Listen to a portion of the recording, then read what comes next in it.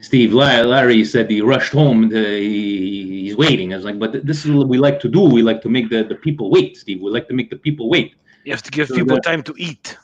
we got to give people time to eat. Exactly. I like this 45-degree angle I'm at over here. I got the Batman in the back. Happy Father's Day. Belated Father's Day to you, to all the baby daddies out there. And Steve, should we let these people wait some more? Are we ready? No, we're ready. We're ready. We're ready. All right. So let's go over here. President is probably gonna cut me off, but it's all good. What do we got? What do we got?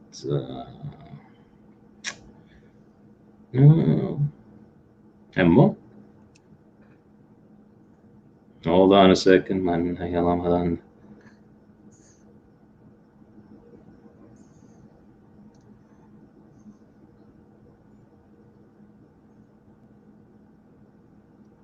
Okay.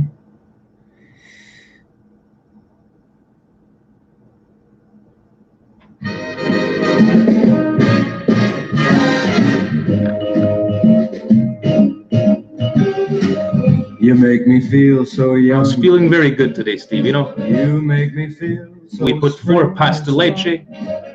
And every time It's summertime. I see you grin, We're taking the sun. We're feeling buff. And our guest is from New Jersey, the land of Frank Sinatra and Bruce Springsteen. Cari amici sportivi, welcome yet to another edition of the Milan Weekly Podcast. Here we feel so young, and we're not professionals. Nor do we pretend to be, ladies and gentlemen. Guys, Monday, June 22nd, Serie A restarted for a couple of days, but Steve, we have a win to talk about. A very convincing win from our beloved Milan, but we're not going to talk about that just right now because, you know, we do have our special guest waiting in the VIP lounge. But first and foremost, Steve, whatchamacallit, happy Father's Day, belated Father's Day. Thank you. To all the baby daddies out there, to Presidente as well, to everybody that's a daddy and doesn't know that they're a daddy. Happy Daddy's Day, and hopefully you had a great time this past Father's Day.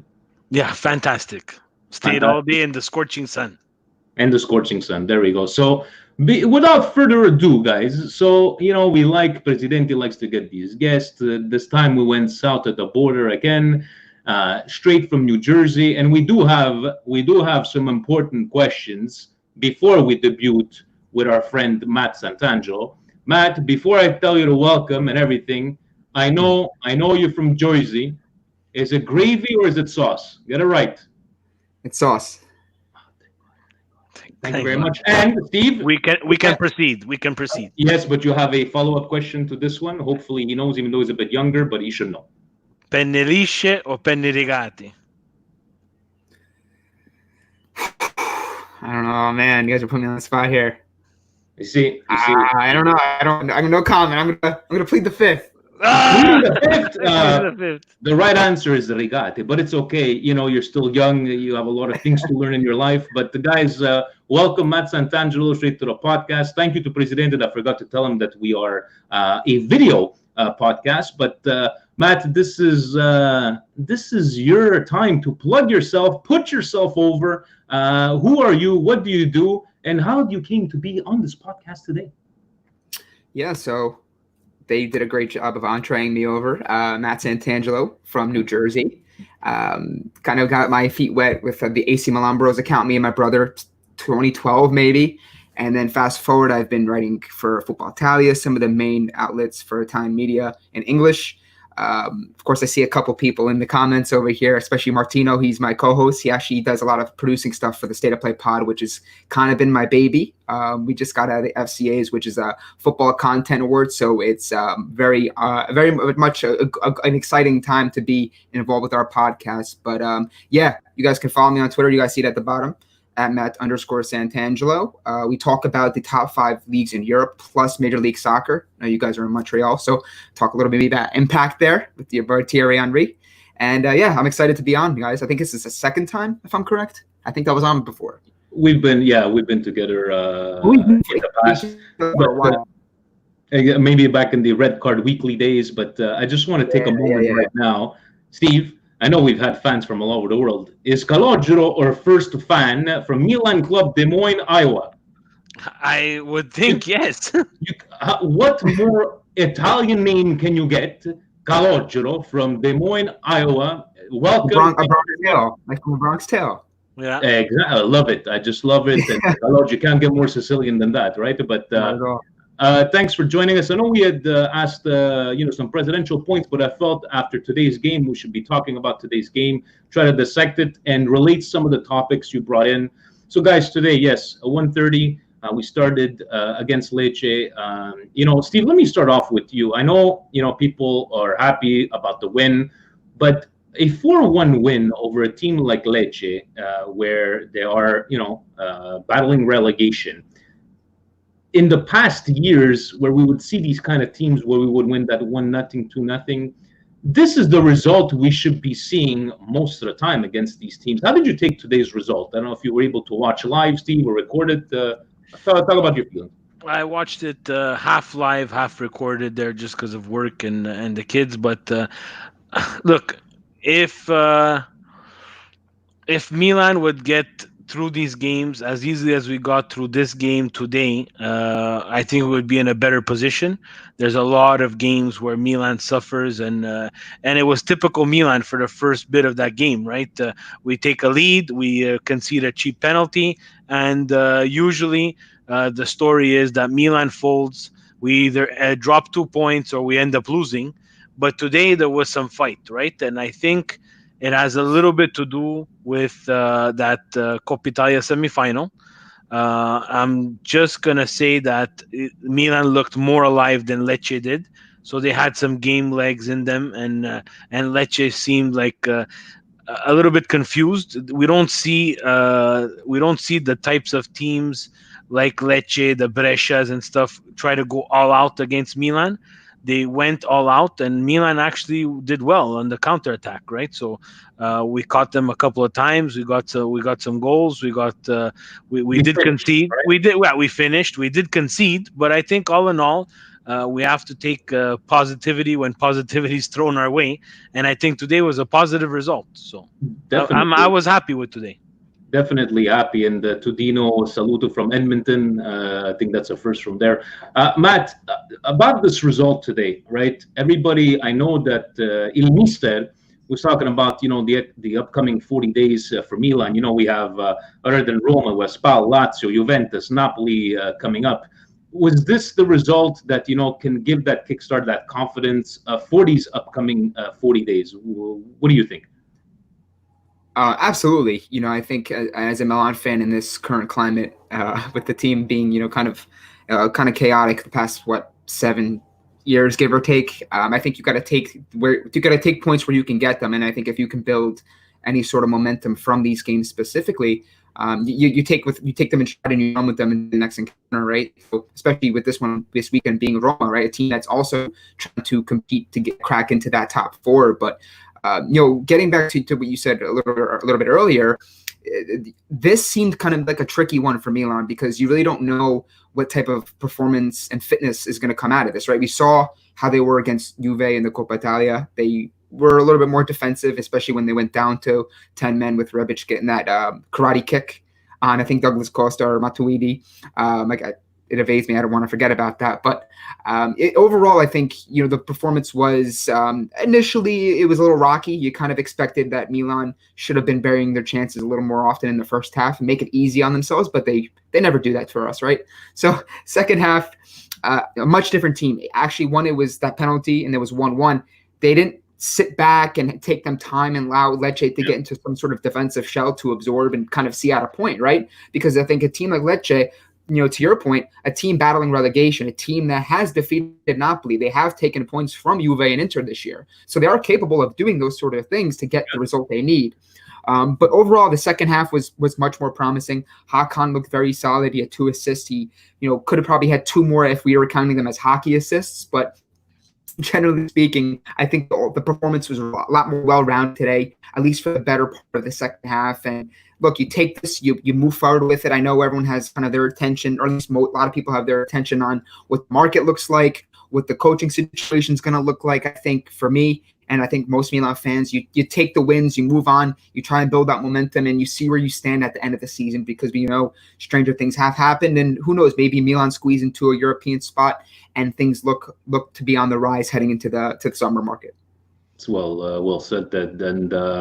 And Vinny, remember when you said Kessie was useless? I'm not sure, Kaloji, because me and Steve were always team Kessie. We never said Kessie was useless. I mean, you got me confused with some other podcast. Kier getting injured today, guys. Kajar. Sorry, Kajar. Yeah, by the way, Matt, Steve will tell you how to pronounce the names correctly. And David, yeah, Chalonoglu had a good game. So what? Now he's going to have 10 bad games, and already you're like to push Steve's button. But Kajer, Steve, is this something to worry about? I don't know if Gabbia. I know Musacchio, is he still hurt? I don't know what's going on with Musacchio, but what do you think about this Kajer injury? Well, this is again typical Milan. We have that revolving door next to Romagnoli. Both he and Romagnoli were getting like some kind of synergy between. They played very well in the Coppa Italia. It looked like it was going to continue today. But look, injuries happen, and guys, Musacchio. People give him a hard run for his money, right? He's not the best center back in the world, but he did his job for us. He's been doing his job, right? And again, we're seeing their injuries to Musacchio injury, so it's time for the youngsters to strap on their boots and let's see. I've been seeing Gabbia shaky, guys. If you haven't played in who knows how long, everybody's going to look shaky at a certain point, especially someone that young in age. But guys, it's been the revolving door next to Romagnoli for quite some time now. We've made some purchases, unfortunately, that haven't panned out. Injuries, the Caldera saga wasn't something that was helpful for everybody. Going merry-go-round, Atalanta, Juve, back to Milan, then back to Atalanta. Look, Musacchio's been in and out. Durate from Brazil, he came, he got injured, and we've been paying his hospital bills ever since, right? So it's very hard. It's very hard for this Milan because we're not super deep, right? So as much as you want, we're not super deep. On that note, what you're saying, Steve, Matt, let's just say we are stuck with Gabbia. Is Gabbia and Romagnoli that pair that's going to take us through these next 40 days? That's a tough one. It's funny the way I look at Milan's central defense situation the past 4 or 5 years, right?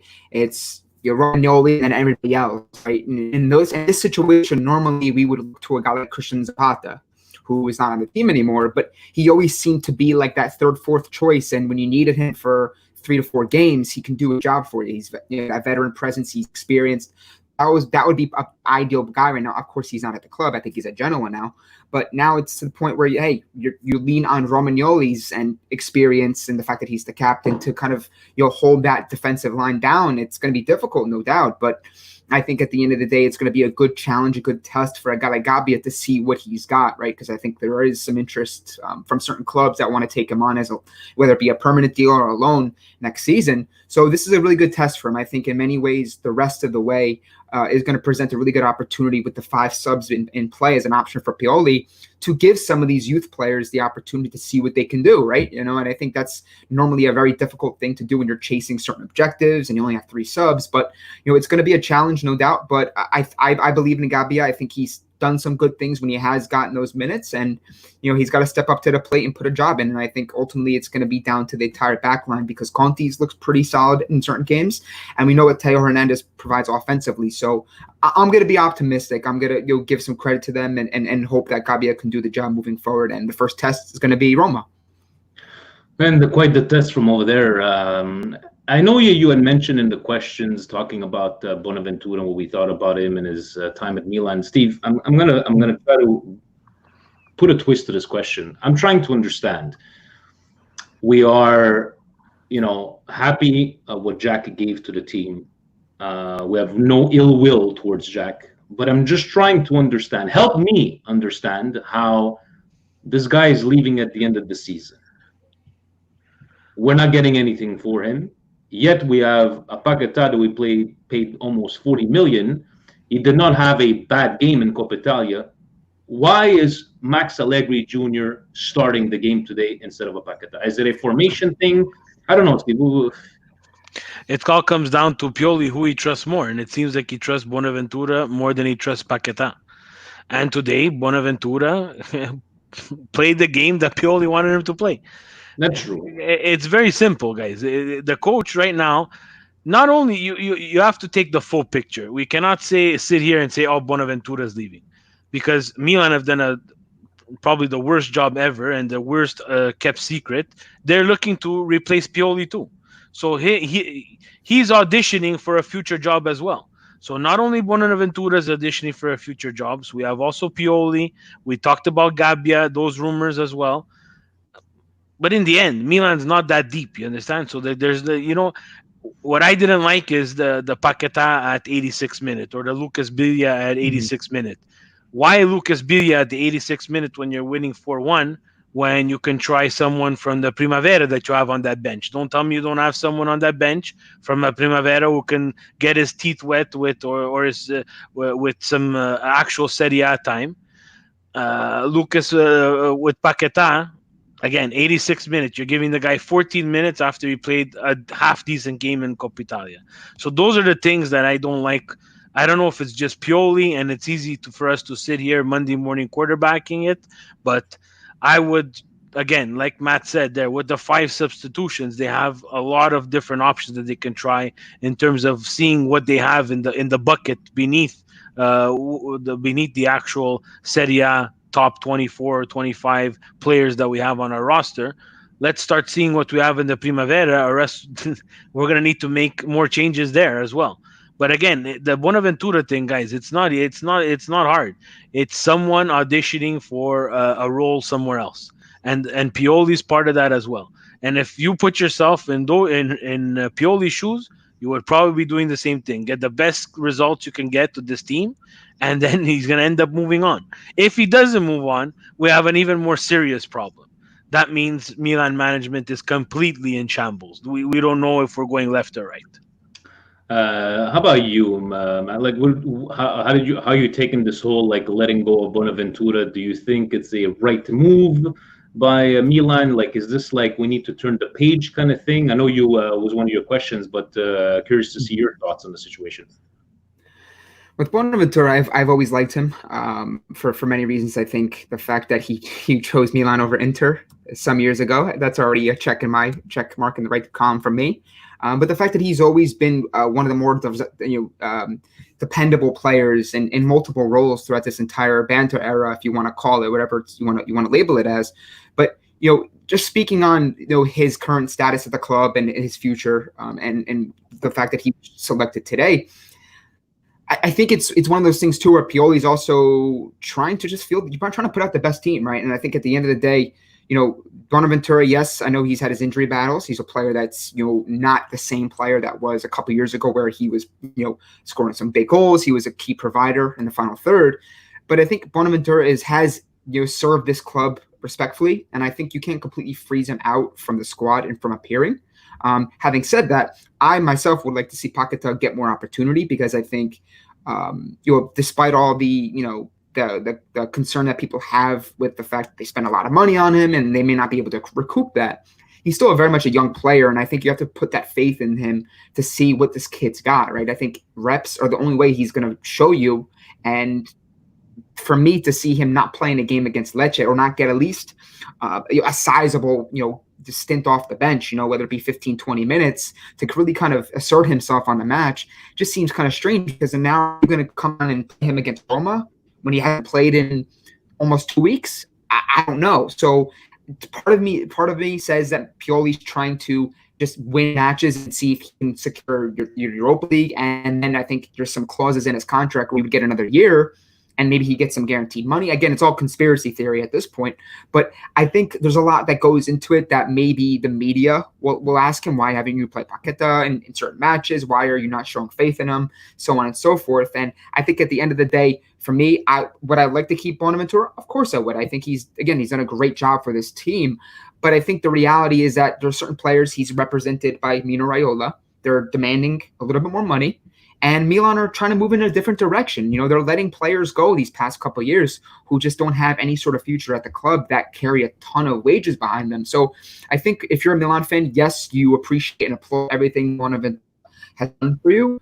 But I think at the same time, you have to kind of take that romanticism and that nostalgia factor out of it and say, look, what's going to put Milan in the best position to compete moving forward? That's going to also not hinder any sort of market activity they wish to conduct. And I think that's kind of what my feeling is with Bonaventura. Very nice.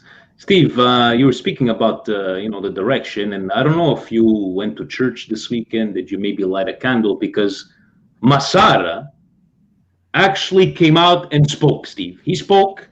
He said, I don't even think I remember last time I saw like a quote from Massara. He said, una squadra senza Ibra, like it's unthinkable for him. He's kind of confirming. Now, do you take him seriously, Steve, that it's the first thing we ever heard him say all season? Absolutely not.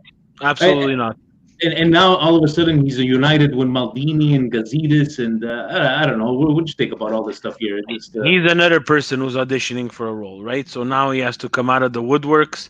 He has to. He sees that his job is in jeopardy as well. This is basically an audition for some kind of role somewhere else. There was rumors of him going back to Roma. John Solano must be happy. But guys, it's very sad. It's very sad that it took this long. It took a pandemic. We never heard from him. We never heard anything. But again, do we know? Is that the role that was given to him? Like, just you do your work behind the scenes, and it's Maldini and Boban at the time who are going to be the face of that transfer or the face of that decision? Maybe. But we need more transparency in terms of like what the project is, right? So all these rumors and there is a leak at Milan. There's a leaky faucet, and news and things are getting out, and it's just making the club look worse and worse every day. A day like today, I think, again, we take the 3 points and we run, but there's a lot of holes here and a lot of stuff that in the future we might look back at and say, "Wow, I can't believe we went through this." Right. So, my frustration with Pioli and the management is like, you have this asset that is Paqueta, and we don't know if he's going to be this top level talent that we paid all this money for. But are we going to go and are we going to add him to that? Basically, that hunter's mantle of different talents that we've taken on, haven't given a chance, and gone on and did something a little bit better or better somewhere else, right? I'm not saying that Milan was a bucket full of talent, but you got to give these guys a chance. And 14 minutes is not enough time for him to show. And playing once every 2-3 games is not enough time for him to adapt and get into the team. My first... if I was Massara or Maldini, my first basically suggestion to him would be to learn the language, and I think that's something that other stranieri that have come to Milan and who have come to Serie A, they've adapted themselves and they've put in a lot of work learning Italian because they're going to be part of the team. It's not the old Milan where we have Pato and we have Ronaldinho and we have Kaká and we have the real Ronaldo. There's not a lot of Brazilians left on Milan, so he's kind of on an island by himself, right? We need to see something. We needed to have a return on investment. You understand? Atalanta today purchased someone from Chelsea who didn't play a minute for Chelsea for $15 million, and we keep on giving people away.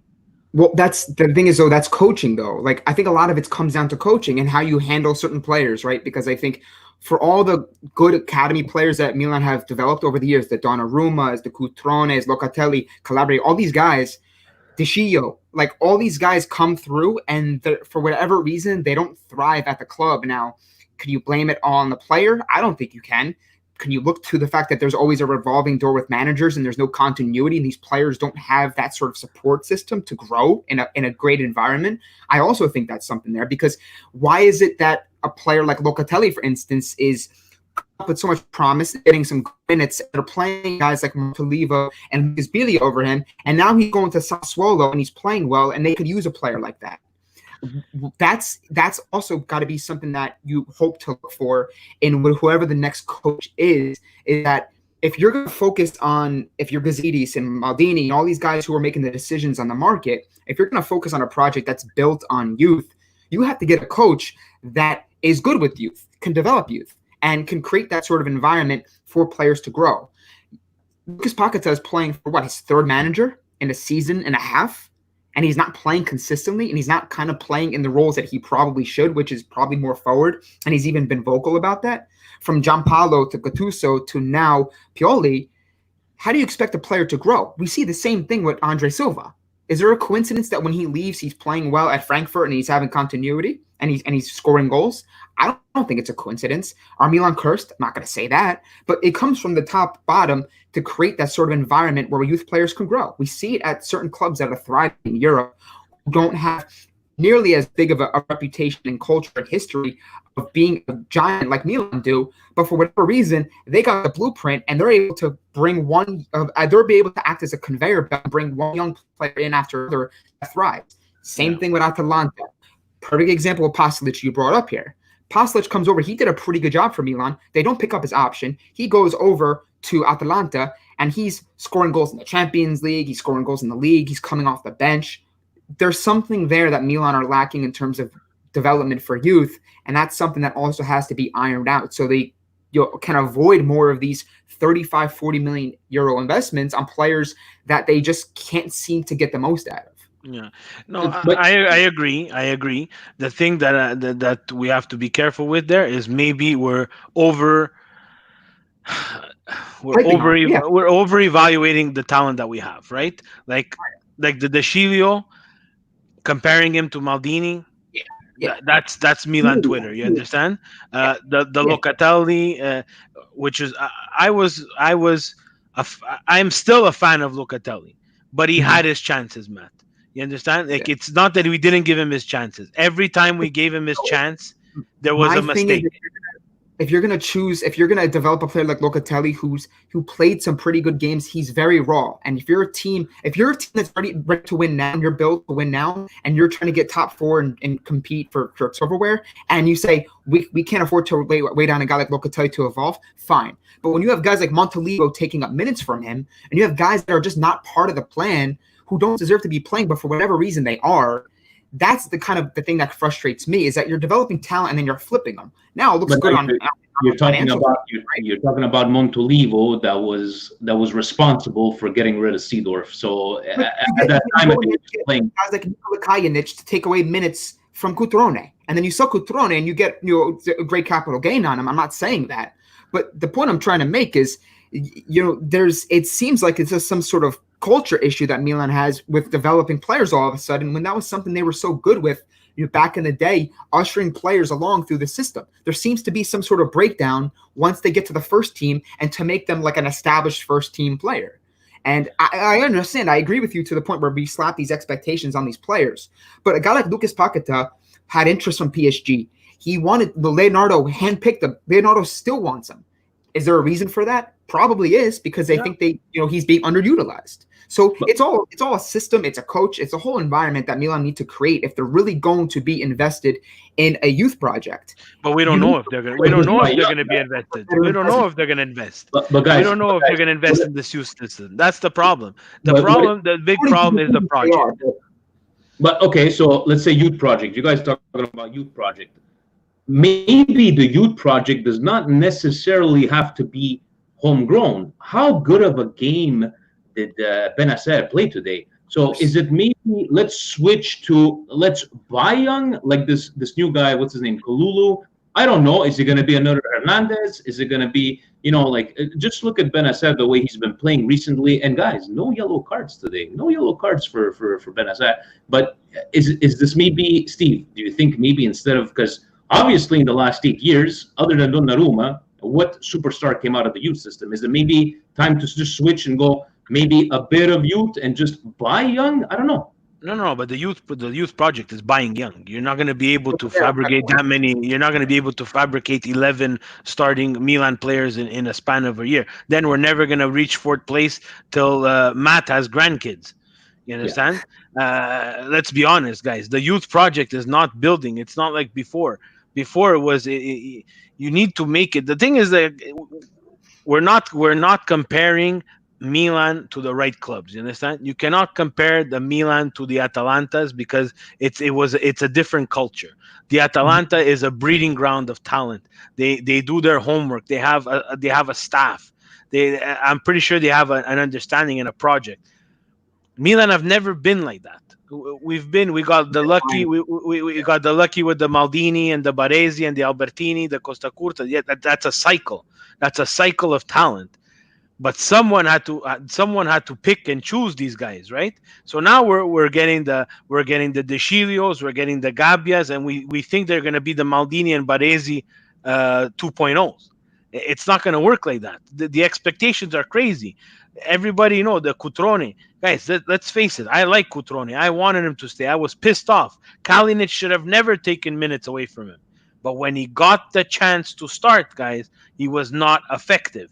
And Milan cannot have a striker on the pitch and not be effective for that amount of time. Coming in as a sub, it seems like he was a super sub. Then the transfer to Wolves was terrible for him. That was a terrible. I hope he resurrects his career in Fiorentina.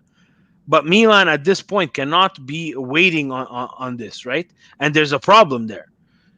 The Silva, Andrea Silva, I agree. I would give someone like that some chances, but something wasn't working here. It's impossible. We have to look at it at both sides of the coin. 3 coaches he passed, right? If not more. All of those coaches didn't have confidence in him for some reason. There's something that we must be missing. Something we're missing that's not being said. And talking about this youth, and Matt, I'm gonna make you. Alessandro on Twitter is asking us, "Yo, Salchichas," he's calling us. This is my question for you. Who are the top 3 Milan players as to build around for the next season? So let's go with what are the 3 young players you would try to build this team around? Benacer being one of them. Who else would be your core of youth players at Milan right now? I know it's going to be difficult for many people to think that you gotta would you build a team around a goalkeeper, and in most cases I would disagree. I mean, I would agree with that. That's very because Milan historically have done pretty well without having an elite goalkeeper, pretty solid goalkeepers. But I think Donnarumma, for many reasons, I think is a player you have to find a way to keep at some way, shape, or form, just for the simple fact that he gives your team an identity. I think homegrown player, he can be here for many years. And he saved Milan many times. Obviously, Romagnoli finding defenders of his caliber who are only 25 years old, who have his experience, international experience, which is more of that is coming. And then I would probably say Benacer. I think, those 3. I understand that people love Theo Hernandez, and he's done a great job, and he's been a great buy by Maldini and Boban at the time. But I think for me is that you can find players who can do some of the things that he can do. Maybe not as consistently, maybe not as much volume. So those are 3 players I would say they would need to build around. Obviously, I like Rebic. I think he's done a great job when he has gotten minutes. He's been very efficient as a goal scorer, which is something that Milan have lacked for years. But I think those 3 players, Donnarumma, Romagnoli, and Benacer, I think you have to have a nice quality midfielder. And I think Benacer is a player that you can kind of round out your midfield with. He's still very young. He's still growing. He needs to cut down on the card volume, as you touched on. He's doing better with that. But I think those 3 players are a nice little foundation for Milan to move forward with. Nice little nucleus there, Steve. I'm assuming you agree. How about out of the not so young players? Would you keep a Kessie? Would you any other players that you say like these are kind of the players I want to keep in this team for the next couple of years? I don't know, whoever comes to mind for you. Look, for me, Vinny, to be very honest, I agree with Matt. I can't put Donnarumma in that nucleus of youth because Donnarumma is the key for Milan to get out of financial difficulties. We've said it. He's going to be with renewing his contract. I don't foresee him if things don't get better at Milan. I don't foresee him uh, living out the age of this contract till 2023. It's a great bridge deal. And, again, the pizzaiolo strikes again. You understand? He knows he's going to get a lot from the next transfer, especially if Donnarumma continues like this. Guys, it's going to take 1 Euro, one World Cup, and people are going to be smashing your door for no joke. If they're not smashing your door for 70, 80 million euros, you can't sell him. But at a certain point, you're going to have no choice. And he's the only one that doesn't destroy your team, you're going to be able to sell, you're going to be able to reinvest, hopefully properly, without destroying your team. You're going to get rid of the Theo Hernandez. You're going to have a problem at left back. You're going to get rid of Benacer. You're going to have a problem in the middle of the pitch that we cannot fix very easily. We can't. Left backs, guys. Left backs are a dime a dozen now. Sorry, they're a needle in a haystack now. Left backs, right backs, guys. Backs and wingers are not the same position. That's what people exactly. That's the Juve mentality. Juve thinks everybody that they sign is a left back or a right back. They're signing wingers, guys. They're just that good. They're just that deep. Steve, yeah, go ahead. Sorry. But again, guys, right now Milan is in a position where there's a handful of people that they can't sell, but everybody else is sellable. And to our hold on a second. And to our first fan, listener, viewer from Russia, Steve, would you like to pronounce his name and say hi to him? Andre Kurumanivini. So that's the way you will spell your name. And greetings. It's the first time from Russia. We love it. I don't know what time it is over there, but thanks for joining us. Sorry, Matt, you were saying. No, I think there's two ways to approach that question. Right? Who do you build around? Who do I want to build around? Who do I think you can build around? And who I think ultimately they will build around. Right. So if you're telling me if you can create a winning environment, that with Donnarumma, winning can cure quite a bit, right? You can keep players if you're winning and you're competing for silverware. It's possible. It can be done. I know in the modern era of transfer market, it's much different, much more difficult to retain those players. But if you're winning, you can keep a guy like Donnarumma because he'll stay there. What other reason other than maybe a new challenge will he leave the club for? Obviously, his agent's is Mino Raiola, so we obviously know that's always in play. But the point I'm trying to make is, winning can cure quite a bit. That's the issue that Milan have had, and that's the concern that's always been in the back of Milan fans' mind. Is like, okay, we're going to get a good player like Benacer, for instance. And even a couple of weeks ago, everyone was, man, we're going to lose him already? Theo Hernandez, we're going to lose him already? That's always been something that's in the back of their mind, is that we're going to become a developing club. And that's what a lot of people are thinking about the way we're progressing. They got Gazidis in there who's saying, yeah, we're going to develop young players who we could sell for profit. When you got that mindset, fans and players are like, how long am I going to stay here? This is going to be a pit stop. And you turn into a team who maybe is a threat to finish top four, but that's not the Milan way. The Milan way should be wanting to go back to be where Inter and Juve are right now. And that's the biggest frustration that I have is that, yes, you want to keep certain players and, you hope you can do certain things to kind of keep the project intact. But there's always going to be the fear now in the modern game, more than pretty much ever, to keep a guy like Donnarumma, where, look, at some point, and Romagnoli, at some point, these players want to play in the Champions League. If you can't give it to them, can I hold them hostage for their entire careers until Milan get their quote-unquote shit together? I wouldn't want to. When I can play for a team like Real Madrid or play for a team like Juve who are winning and right in the thick of things in the conversation for being amongst the best teams in football. Where Milan, that's my issue. That's what Milan has to try to get back to. But the problem is Milan never had to do this. Yeah. Milan never had to do this. And the thing is that many fans now are in this position where they haven't tasted when You and I have tasted what it feels like to be at the summit, to be Champions League winners, feared by every club in Europe. To be this, they haven't tasted it, but they've only heard of it or read of it. So But now we have to play devil's advocate, right? You have to look at it. Of all the rest of the teams, Milan had the unlimited wallet of Silvio Berlusconi and Finvest.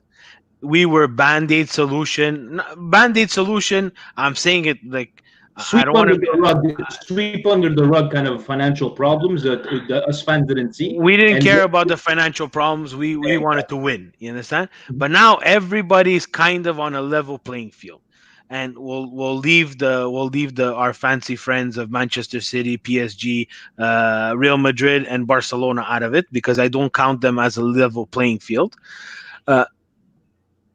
Guys, right now, the ultimate problem at Milan is a lack of a project. So the Donnarumma, the Theo Hernandez, the Romagnoli, guys, these guys want to win, and unfortunately for us to keep on to them, and why I say Donnarumma is because Donnarumma will fetch the highest price of all of them. I'm convinced he will fetch the highest, and again, it's going to be a business. It's a business now, guys, and it's unfortunately that what you guys are talking about is that most Milanistas cannot come to terms that this is a business because we've lived through all these years where to us it was not a bit. Oh, we need this guy, Silvio, thank you, Silvio, thank you. And you're right, Steve. It's just like the fetching of the 70 to 80 million because he's going to get us that kind of money. And I believe, and one of your questions there about Donnarumma is that I seriously believe the only reason that most of us have accepted that we might lose him is because of that fiasco with Raiola when Young Hong Lee was there.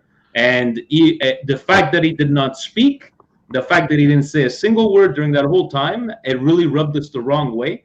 But a lot of them. But in the end, he was right not to speak. How so? How so? Because the management was fake. He actually played his cards well. If you go back and you think, me too, I was very frustrated. How could he not speak? We have to remember that he's a young kid. That's number one. Number two, guys, Raiola, whether you like it or not, was 150% on the mark right. Yeah.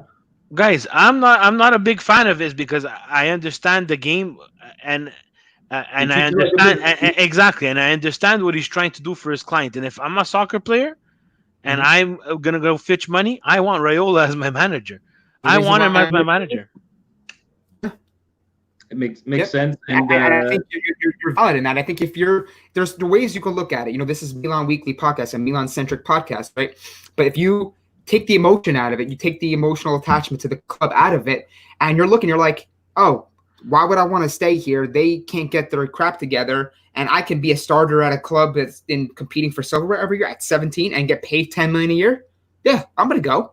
I don't owe them anything. And yes, there's an attachment like, oh, he don't owe. He's the reason. We're the reason he's in the position he's in. I understand that, but you can't compare the player now, the homegrown player now, to the homegrown player of the past, like the Maldinis of the world, the Totis of the world.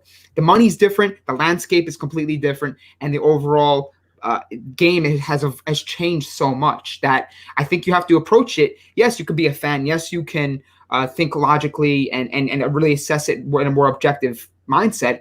But I think at the end of the day, you have to have some sort of business-like mindset to approach it with and say, yeah, I have to keep this player, but they can fetch 80, 90 million for him as a homegrown talent and reinvest that into players that are going to be here and meaningful to the project long-term, then you do it. I think you have to take the emotional attachment out of the fact that, yes, you love Donnarumma, he needs a homegrown guy, but you can flip him, you can get another goalkeeper, and you move forward with the project. And I think that's what kind of how I feel on a different level with Bonaventura. I see some people in the comments, and there's nothing wrong with that, saying we should re-sign him, you should do this, you should do that. That's thinking emotionally because you like the player, you like the guy. Yeah. But reality, those are the types of extensions that get Milan in a position where they can't get the players they need and they don't get the proper project built. And I think that's what now the mindset in 2020, because they've seen the effects of such bad decision making, that they see kind of the light where they need to be heading right now, and ultimately have to be a healthier, more stable project. Yeah, and And Bonaventura extension would be kind of like, and no disrespect to Bonaventura, but it would kind of be like almost you're looking at like that Philip Mexes type money, Right. where yes, he Almost was like useful, Sorry.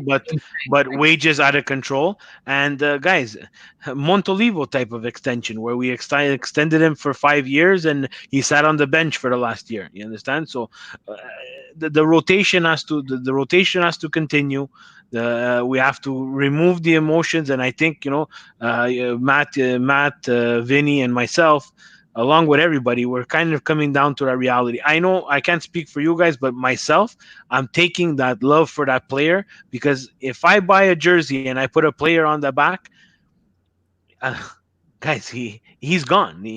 It's not like the olden days. You were secure with a Maldini jersey. You were secure with a Baresi jersey. Now we have Jan, a Milan club admit. Poor guy. He's been rotating the same jersey. He went from Bonucci to Higuain to Piantek. Piontek I'm too. gonna I'm gonna buy him a Hakan jersey soon. That's who I want to leave. Yeah. and we're gonna before we get into this financial question, I just wanted to show everybody our good friends at the Milan Club Dublin, especially Mike there, because he's a Tommy fan. He sent over to me a couple of months ago and actually arrived, and I showed it to Tommy. I just wanted to show everybody. This is a one of a kind. Well, not one of a kind, guys, but it's a special edition directly from Dublin. This is exactly for so it's a Juve Merda with the red and black colors directly for Tommy. Tommy, as soon as we get out of confinement, I'm going to bring it over to you.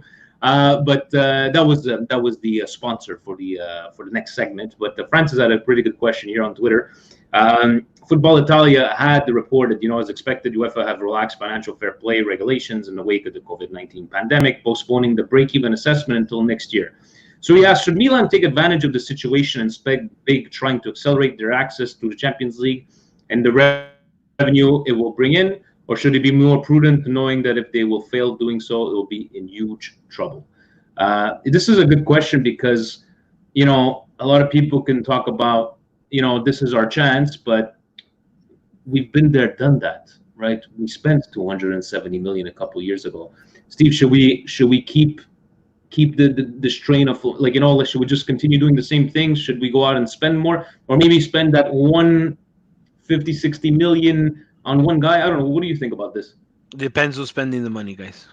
That's in the end. Right now, I have no faith in who's spending the money. Sorry, I don't know who's going to be spending the money next year. Baldini and Boban and Silent Masada, to be very honest, you have purchased some okay guys. I'm not saying that they're not world class, but Milan needs a superstar. Milan has always had that superstar. They've always had that attraction. Think about it. Bringing in the Ronaldinho, filling him in with the 90 jersey. Ibra coming over. These are the Kaká. You understand? Like, these are the guys that Milan need to go look for and purchase. Now, is it a humongous 50-60 million dollar purchase? You better be right. You better be right if you're making that purchase.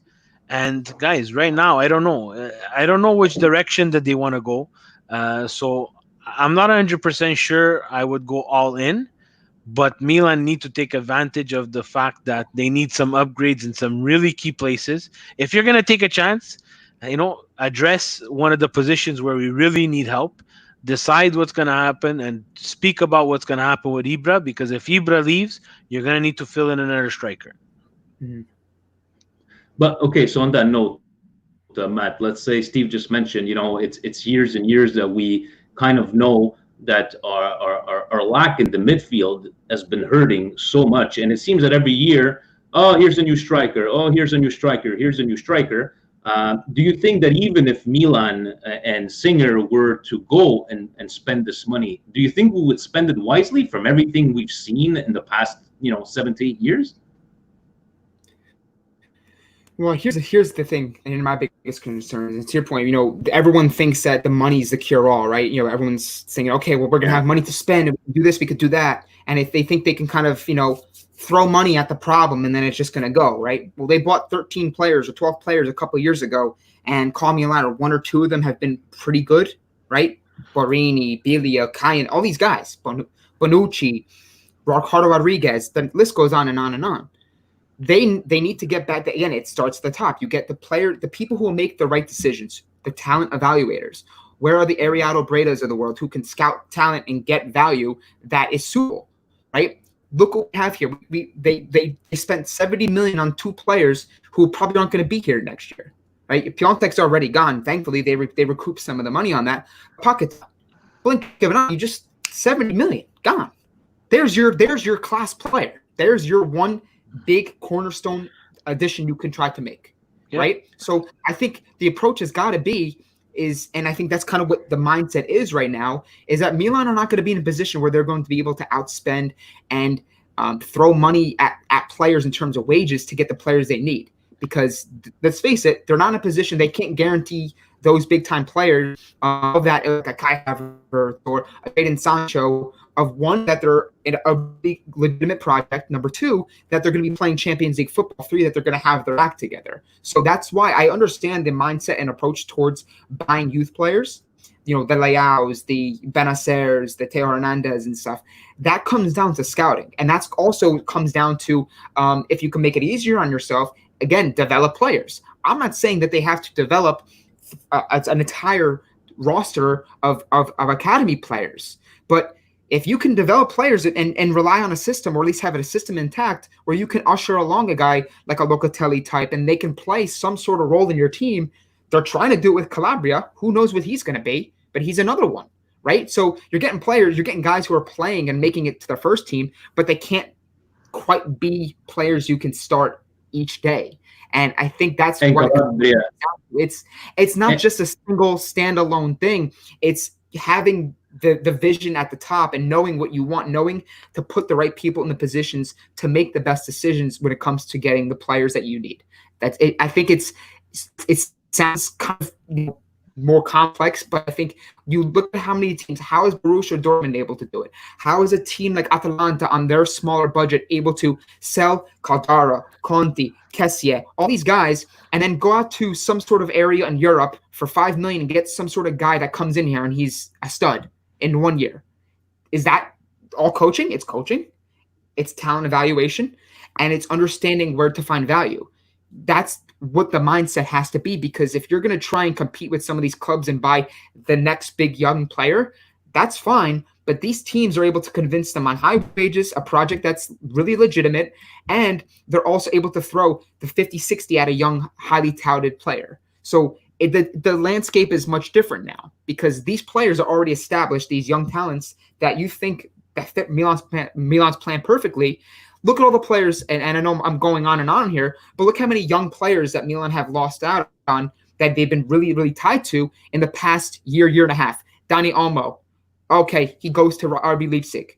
The two players that go to Schalke, young defenders, Todibo and Kabak, who are two nice young defenders who would fit this team perfectly. Young, experienced, you could sell for a profit. Why are they not choosing Milan? Milan have more history and more prestige than they do.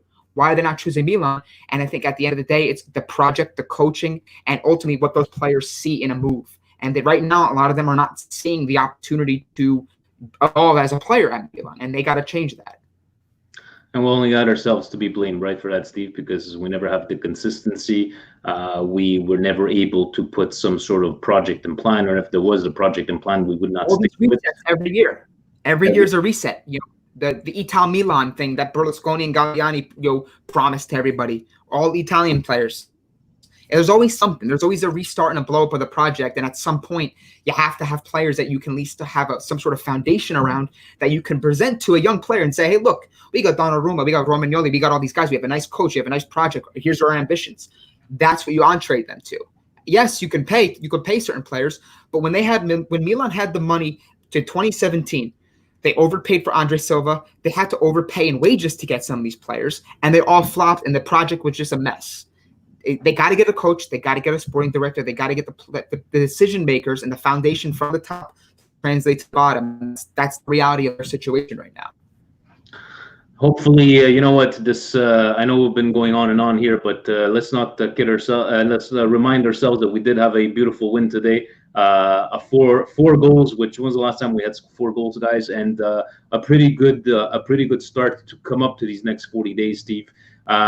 We went through all our questions of Twitter and any last feelings or any good I don't know, indigestions of the week, Steve, for you. Any brioche of the week, anything that made you feel good.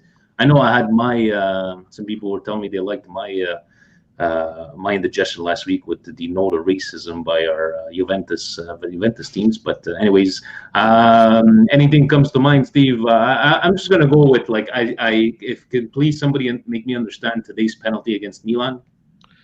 Can somebody explain that to me? So you're backing up into the guy and you get the penalty. Like, I was just trying to understand. I think that was a complete blown call, not even a VAR. I know that I could get they went to VAR for quello fuori gioco millimetrico, and you saw there was only the foot from over there. Okay, something went their way, but can you explain that to me, Steve? What the hell was that penalty shot today? No, I don't know, and I said it last week. They got to be careful. VAR is great; it's a fantastic tool, but it needs to be used properly.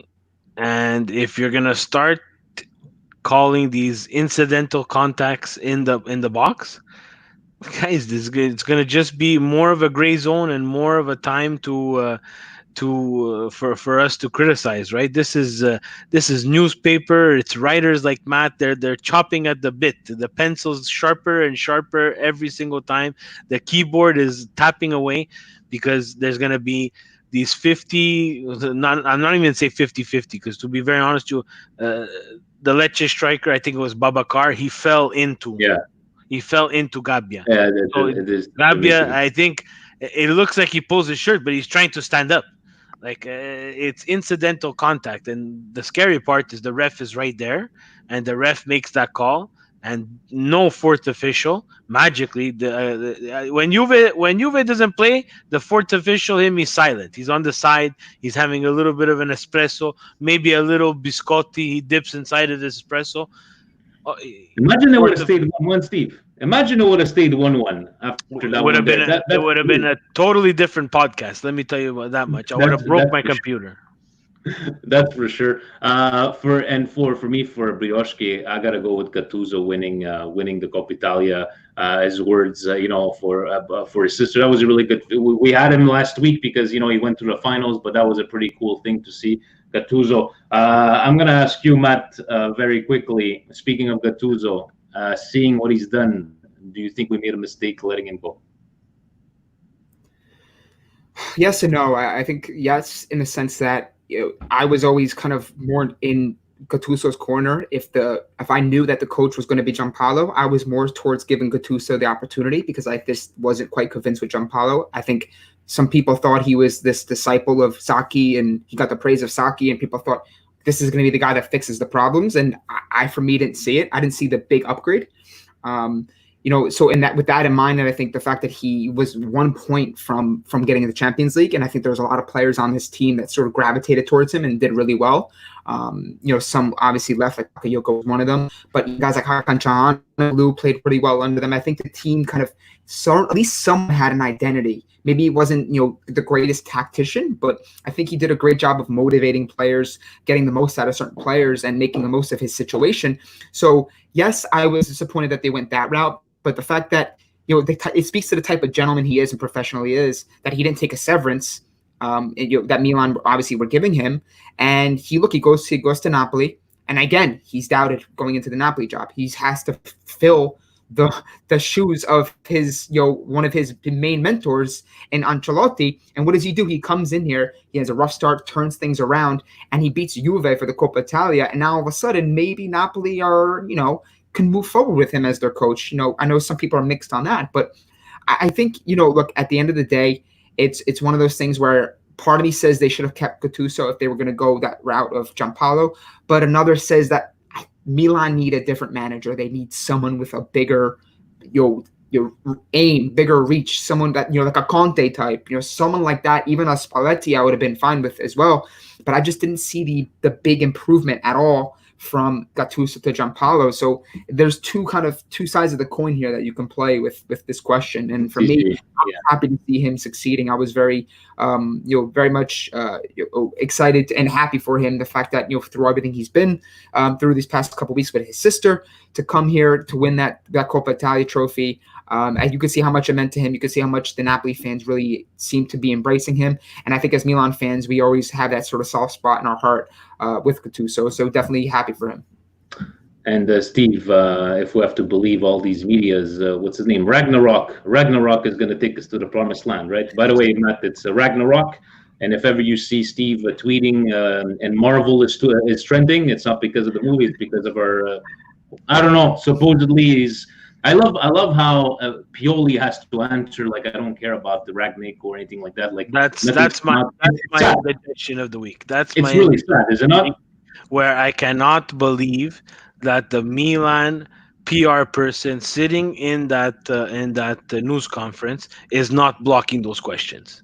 It makes no sense. And our current coach who's trying to get the best results for our team, the team that we love, the team that Maldini works for, the team that Gazidis works for, the team that Silent Masara works for, and they're leaving this guy out like a turkey with all the media around him asking him questions about his possible future successor, which we still don't know, guys. We don't know if Ragnarok is going to come and be coach and technical director and direttore sportivo and the president and the secretary.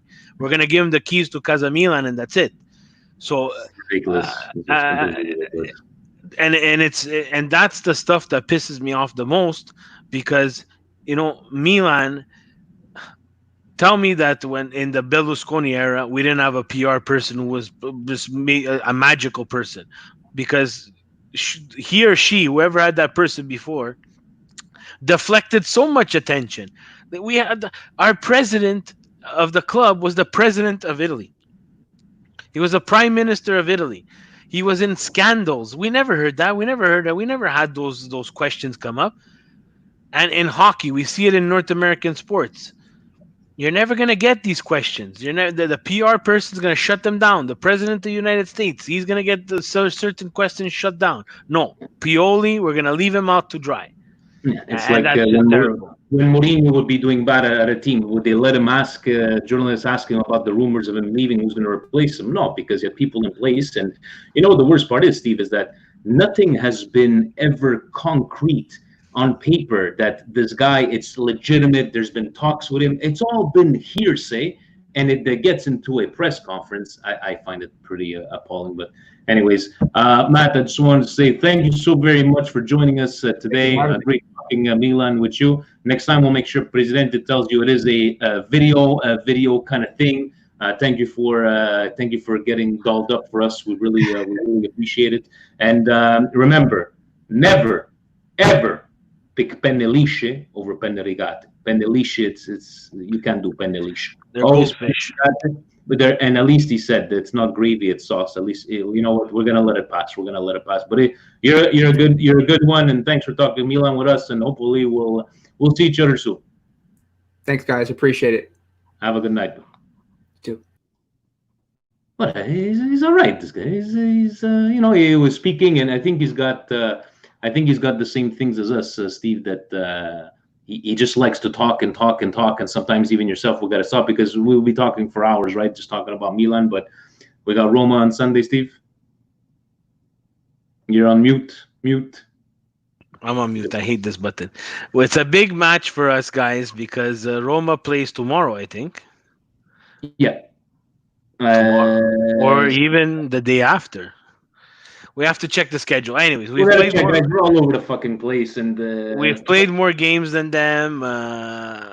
We're one match. Anyways, guys, it's gonna be a hectic 40 days.